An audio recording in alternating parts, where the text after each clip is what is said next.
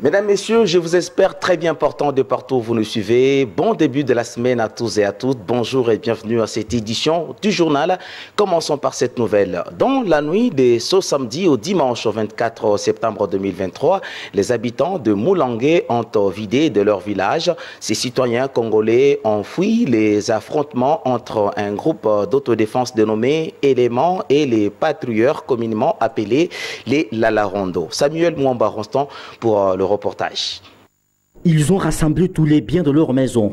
Tous en route avec une charge à la tête, ils se dirigent vers un village d'à proximité dénommé Likasi. Les habitants du village Moulangué, agglomération située à une 18aine de kilomètres, ont fui les affrontements entre les éléments, une milice d'autodéfense à un groupe de patrouilleurs dénommés la Larondo. Tous fils d'une même terre qui se sont affrontés dans la nuit de ce samedi au dimanche 24 septembre 2023. L'ampleur de ces affrontements n'a pas empêché le reporter de la RTGT à s'y rendre et revenir avec des infos tirées de la source. Le drame est survenu quand les jeunes du village Moulangué ont eu du mal à supporter les atrocités causées par les éléments, un groupe d'autodéfense constitué pour résister aux attaques de la milice Toua, auquel le gouvernement de la province du Tanganyika a promis un processus à double objectif, notamment la réintégration sociale pour les uns et une démobilisation pour les autres. Mais par manque d'assistance du gouvernement provincial, cette milice d'autodéfense s'est transformée en une association de malfaiteurs qui impose sa loi dans le village. Cet état de choses est une frustration parfois source de colère, ayant poussé les jeunes du village Moulangué à déclencher le combat. En ce moment, le village Moulangué est entre les mains de jeunes patrouilleurs communément appelés les Lalarondo. Moulangué kunatokea vita. Ndio. Na ile vita alikuwa kuleta ule kibwe.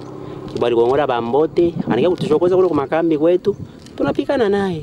Watu wa Moulangué mitabambia tu kia muhimu ni barudie mu mugini bajikalie hapo kitako juke ntu aloma hapa ni batoto basome nyo mwanzo huyu bajisome bila shaka. Kuliko ile ya kipumba wale wanaleta wangia kutuiba, kuchoma mabisu, kutuua. Nyama sisi tunajimanifestia kusema nini? Tusikufe tena.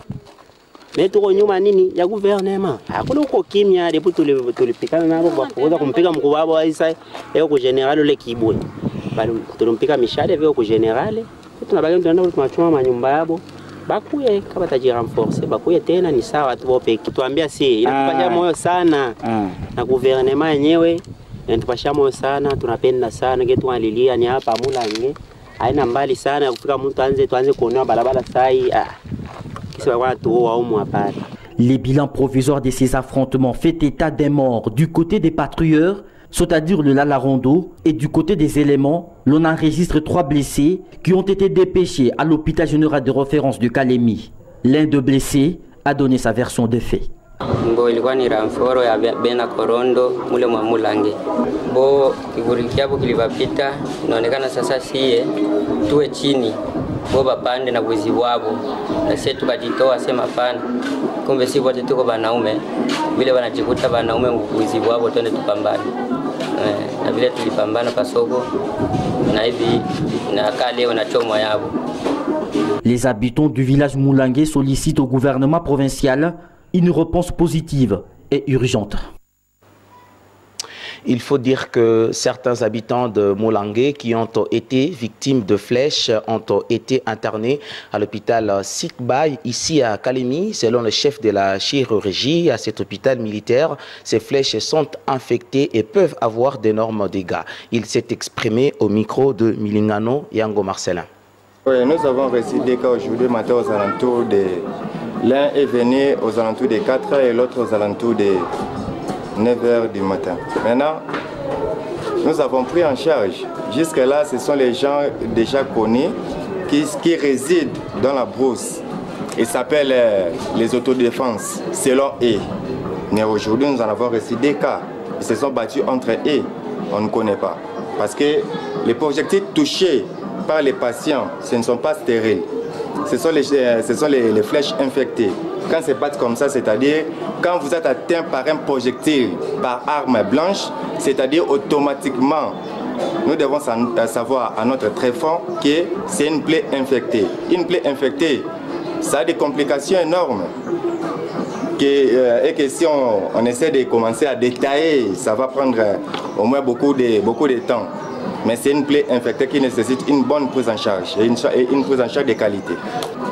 Nous sommes une structure militaire. Comme ce genre de choses, le général Adouni de la 22e brigade de réaction rapide et des opérations au Salama en a souligné pour dire que de telles prises en charge doivent être gratuites ici chez nous. Je ne sais pas ailleurs, je parle de chez nous. Cette prise en charge est gratuite. Qu'on balance un coup de fil ou pas, moi-même j'en suis conscient pour dire que non, la prise en charge est gratuite et on en a déjà débuté. Par rapport à l'évolution, il y a déjà une légère bonne prise en charge, ça marche déjà bien. L'hôpital a la capacité, ce n'est pas un dispensaire ni un centre de santé. C'est un centre médical où se trouvent les médecins qualifiés qui ont leur numéro d'ordre de médecins. Donc nous sommes capables de recevoir autant de patients. Il y a de la place. Et ces affrontements dans le village Molangué impactent négativement sur les conditions socio-économiques de ses habitants et ceux de villages d'à côté, à l'instar du village Likassi qui, selon le chef, fait face aux problèmes de carence alimentaire et des soins appropriés. Ici, le chef du village Likassi, dans ce propos recueilli par Zouberi Ali et traduit ici par Melchior Katontolo Koulou.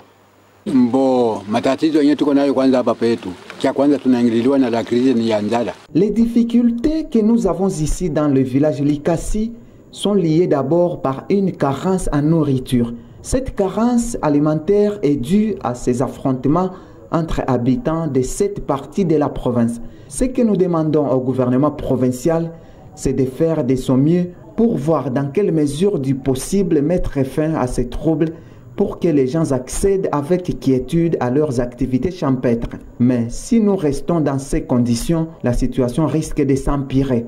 Une autre difficulté, c'est le manque d'un centre de santé. Le seul centre de santé que nous utilisons, c'est celui du village d'à côté à Kawama.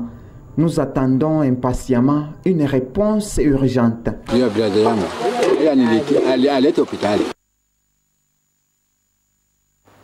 En rapport avec les affrontements qui ont eu lieu au village Molangué, le jeune activiste Nathan Mugisho a donné son point de vue dans une interview nous a accordé ce lundi 25 septembre 2023. Selon le président du groupe de pression Parlement debout sans tabou, le gouvernement doit prendre les choses en main. C'est depuis minuit, la nuit d'hier, de dimanche, plutôt de samedi à dimanche, que nous avons été alertés par la population qu'il y a des attaques. Et puis nous nous sommes renseignés, nous avons trouvé qu'il y avait des groupes de civils autodéfense qui étaient autrefois dans les mouvements des miliciens, mais qui ont été ramenés, intégrés dans la population. Et ces groupes-là ne se sont pas entendus. Nous sommes en train de déplorer une chose vraie, et que à 20 km du centre-ville de Kalemi, c'est dans le chef-lieu de la province. La situation sécuritaire ne peut pas se dégrader à ce niveau où nous avons toutes les autorités, tous les responsables des grands services sécuritaires, tous les ministres provinciaux, le gouverneur, c'est ici. Mais ne pas maîtriser un petit groupe qui est en train de semer terreur et désordre, cela dénote, excusez-moi les termes, une irresponsabilité que nous doitons et que nous pouvons, pour laquelle nous pouvons interpeller facilement les autorités. Il se peut qu'il y a une situation des gens qui étaient enlevés des groupes de miliciens et qui devaient être pris en charge par le gouvernement. Et cela n'est pas en train de se faire convenablement. Nous continuons à mener nos observations et enquêtes pour voir si réellement ces gens ne sont pas pris en charge. Nous allons arriver à faire une déclaration, parce que faire sortir quelqu'un des groupes de miliciens, si vous ne rassurez pas la suite du processus, il deviendra un danger pour toute la communauté. Donc Ici, Moulangué, c'est 1 heure de temps en moto. S'il fallait intervenir, ça ne coûterait même pas cher au gouvernement provincial, tout comme au service de sécurité. Dire que là, il n'y a pas où il y en a, nous sommes presque à Kalemi, là où on ne peut pas faire des désordres comme ça sans qu'il y ait une correction infligée à ces bandits-là qui sèment terreur et désolation. On va s'imprégner de la situation. Ce qui est rassurant est que le passage est ouvert, les gens passent déjà sous le village Moulangué et les gens peuvent faire leurs activités, mais cela n'est pas aussi une raison pour les autorités de ne pas s'y rendre et trouver une solution définitive par rapport à cette situation.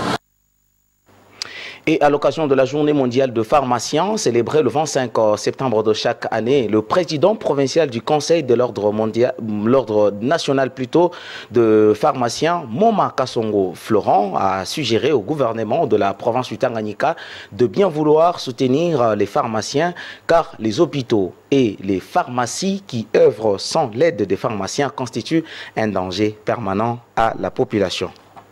Oui, nous avions organisé pas mal d'activités le samedi parce que le 25 est malheureusement venu le lundi. Pour la disponibilité de plusieurs pharmaciens, ils ont demandé que plusieurs activités se passent le samedi. Nous avons organisé le match avec l'équipe TV12.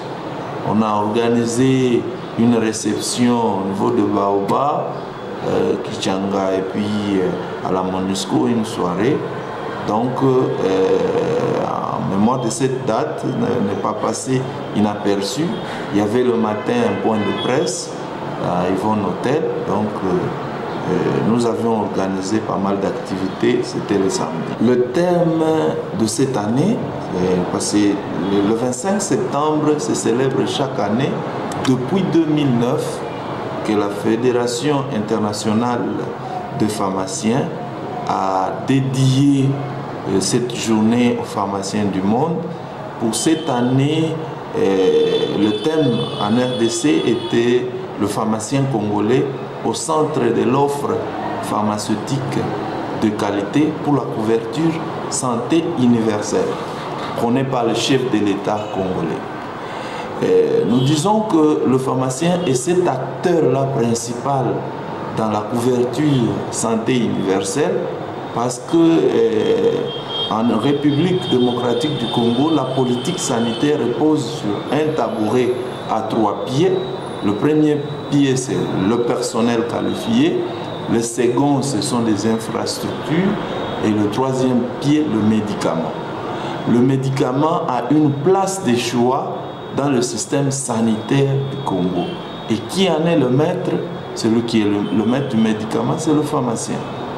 Qui conçoit les médicaments, qui les fabrique, les stocke, les dispense et les distribue en bonne qualité et fait suivi d'assurance qualité de ces médicaments. Alors, dans le cadre de la couverture santé universelle qui prône sur l'équité et la qualité des soins, les médicaments de qualité sont les bienvenus dans ce système. Un pharmacien, c'est ce professionnel de santé-là hautement qualifié, dont sa formation varie entre 6 ans et 9 ans d'études universitaires. Il obtient le grade académique actuel de docteur en pharmacie et s'occupe de la conception du médicament. Ça veut dire l'idée de créer un médicament vient du pharmacien. Sa fabrication ou sa préparation sous une forme présentable aux patients et aux utilisateurs, sa conservation avec assurance qualité, c'est le pharmacien, et puis sa dispensation conseil. Nous sommes actuellement à un nombre ne dépassant pas 30 pharmaciens pour toute la province du Tanganyika, et cette insuffisance démographique est due d'abord à la production locale. Donc l'université de Kalemi n'a pas encore organisé la faculté de sciences pharmaceutiques. La plupart viennent de Kinshasa, Lubumbashi, et Bukavu et Goma. Ce que nous demandons, c'est une implication totale nous comme membres de la société civile, nous ne devons pas baisser les bras quand on voit un danger qui guette nos populations. Nous ne devons pas baisser les voix quand on voit nos populations en danger par mésusage de médicaments. Le bourgmestre de la commune de la Lukuga, Z Joseph, a procédé à la mise en place de poubelles publiques dans quelques marchés de sa juridiction. Cette activité a eu lieu lors de la descente qu'il a effectuée ce samedi 23 septembre 2023. C'est un reportage de Céline Seloa Kolongo. Dans l'objectif de rendre salubre et présentable la ville de Kalemi, chef-lieu de la province du Tanganyika, que les opérations d'assainissement se poursuivent qui se résument notamment à la gestion des déchets plastiques. Le samedi dernier, le bourgmestre de la commune Lukuga, Z Joseph, a fait un don de poubelles publiques dans son entité. Le premier lieu choisi pour cette activité est le marché Kisebwe, où 13 poubelles ont été placées dans différents endroits. Poursuivant cette campagne, le numéro 1 de la commune de Lukuga s'est rendu cette fois-ci au marché Kichanga. Là, il a remis 6 autres poubelles entre les mains du chef des quartiers Joseph. Saisissant de l'occasion, le chef des quartiers Joseph a fait appel au bon usage de ces poubelles. Les habitants à leur tour, vu les efforts fournis par l'autorité communale, ils lui ont soumis leur doléance à présenter à sa hiérarchie, à savoir réhabiliter les routes dans cette partie de la ville de Kalemi. Nous remercions d'abord monsieur le bourgmestre de la commune de Lukuga pour cet acte louable pour la population. Nous le recommandons en tout cas de poursuivre. Nous avons encore un sérieux problème, monsieur le bourgmestre, la terrasse qui amène l'eau vers Lukuga. Il a un sérieux problème. Vers Rubouye là-bas, la rivière Rubouye, il y a un sérieux problème. Avec la pluie d'avant-hier, s'il passe là-bas, c'est une hécatombe. Nous avons le pont qui est en train de se faire construire là-bas. Le pont ne se termine pas. Maintenant, avec la pluie d'avant-hier, sinon vous devez ramasser les morts là-bas. Prenant la parole, Z Joseph a fini par sensibiliser la population en ces termes. Je confirme à la population de Lukuga que je me bats dans la lutte contre l'insalubrité et je demande à tous de suivre cette logique. Les poubelles sont là pour tous.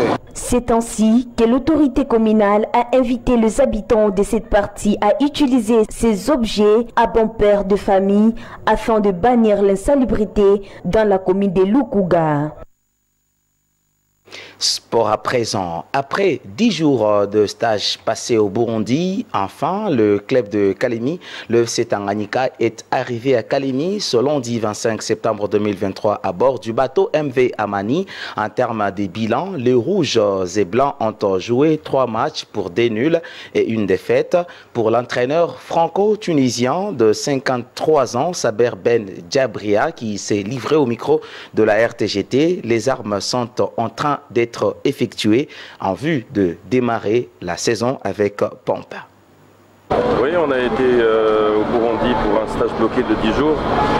On a été, je remercie d'abord Slimani qui nous a beaucoup aidé là-bas au niveau de sa disponibilité et ses contacts, qui nous a facilité la stage vraiment, même que ce soit dans les sorties et les entrées de tout pays. Ça va, ça avance, on est en train de travailler, tu sais que c'est la préparation physique. On joue des matchs avec 2 séances par jour, c'est-à-dire qu'on fait 2 séances et 2 séances, après on livre un match amical. Donc c'est fait pour ça, c'est des matchs amicaux qui se jouent avec fatigue, sous tension. Donc on a préparé ces matchs-là, on a choisi ces équipes. On a choisi 2 équipes de Ligue 1 et une équipe de Ligue 2 qui viennent fraîchement de tomber de Ligue 1. Donc ça se considère ça comme une équipe de Ligue 1. On n'a pas voulu prendre des petites équipes de Ligue 2 pour marquer avec des scores fleuves qui va nous démentir de tout notre travail. Ça veut dire on va mentir au public, on va mentir à nous-mêmes.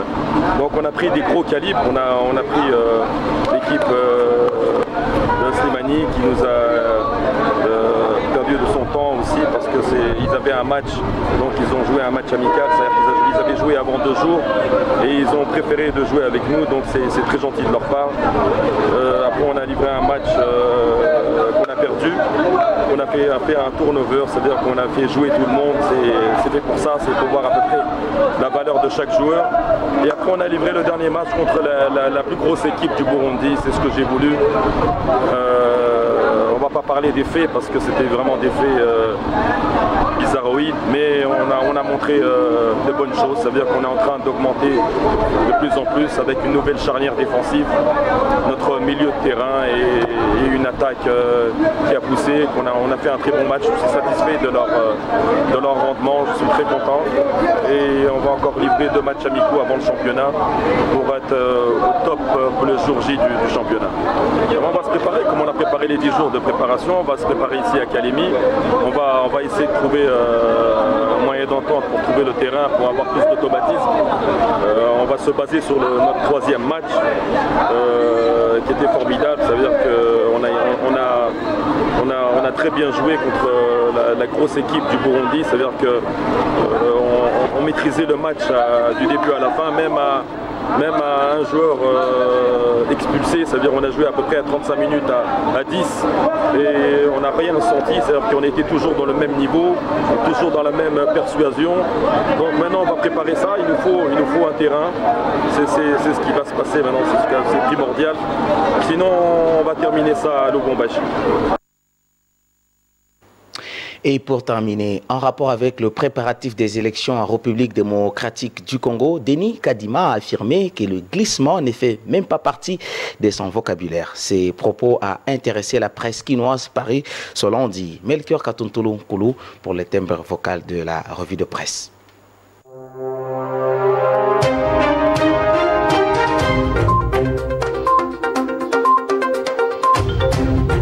Le processus électoral en cours va se clôturer avec la tenue des élections générales en République démocratique du Congo. Mesdames et messieurs, c'est ce que commentent la plupart des journaux parus le matin de ce lundi 25 septembre 2023 dans la ville capitale Kinshasa.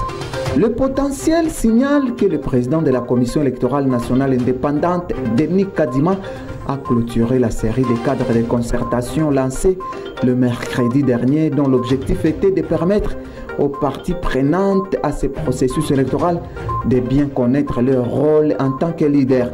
Selon ce quotidien, cette cérémonie a eu lieu le vendredi 22 septembre dans la salle des spectacles du Palais du Peuple avec les composantes femmes, jeunes, personnes vivant avec handicap et le peuple autochtone. Pour Denis Kadima, note ces tabloïds, ces personnes sont des composantes très importantes de l'électorat de la RDC et la CENI ne peut pas les laisser à marge du processus électoral. Surtout que nombreux sont ceux d'entre eux qui sont appelés au vote pour la première fois, indique ce portail. En organisant ces rencontres, rapporte les potentiels, la CENI se propose de faire connaître l'environnement électoral, le cadre juridique régissant les élections et particulièrement le fonctionnement du dispositif électronique du vote des 20 sigles, autrefois appelé machine à voter, a renseigné le président de la CENI. Très rassurant auprès de ses hôtes, écrit ce quotidien, le président de la CENI a martelé que les élections auront bel et bien lieu dans les délais constitutionnels et il n'y aura pas de glissement par rapport au calendrier électoral. À la clôture de cette activité, rapporte Congo Nouveau, le président de la CENI appelle les femmes et les jeunes à ne pas se laisser manipuler. Le numéro 1 de cette institution d'appui à la démocratie, accompagné des membres du bureau, les a exhortés à ne pas accorder du crédit à toutes les informations distillées par les ennemis des élections, tout en les appelant à ne surtout pas en être les propagateurs et se fier exclusivement aux canaux officiels de communication dont dispose la CENI.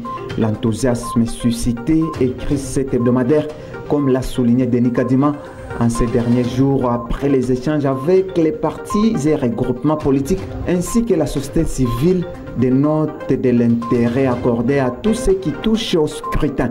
Ce tabloïd cite le président de la CENI qui fait savoir que les femmes, les jeunes et les personnes vivant avec handicap et peuples autochtones sont des composantes très importantes de l'électorat de la RDC et ne peuvent pas être laissés en marge du processus électoral. Cité par la référence plus, les représentants de l'IFES, Fondation internationale pour les systèmes électoraux, Rino Kamidi, se réjouit des différentes rencontres que la CENI multiplie pour maintenir un contact permanent avec toutes les parties prenantes au processus électoral sans exclusif. À propos de ce dispositif, la tempête des tropiques cite la rapporteuse de la CENI, Patrick Chanseya, qui précise que le vote sera semi-électronique, c'est-à-dire, indique ce quotidien, le dispositif électronique de vote sera là, mais l'électeur introduira également son bulletin dans l'urne. Au finish, note ce portail, la CENI confrontera les résultats électriques au dépouillement manuel à partir des urnes. Entre-temps, souligne l'avenir, la CENI a pris acte des arrêts de la Cour constitutionnelle en rendant publique la liste définitive des candidatures à l'élection des députés nationaux. Ce quotidien souligne que cette publication est intervenue après que la Cour constitutionnelle a eu examiné 242 requêtes déposées, dont 141 ont été jugées recevables et fondées, 43 recevables et non fondées, et 68 irrécevables, alors que la loi électorale interdit formellement aux candidats de se lancer de manière précoce à la campagne électorale sur les réseaux, précise ce tabloïd. Des candidats s'activent et ont mis en ébullition la toile faisant connaître leur numéro de rôle ou posent déjà des actes appelant au vote et tant d'autres initiatives qui s'apparentent à la propagande. Mesdames et messieurs, c'est tout pour la revue de presse.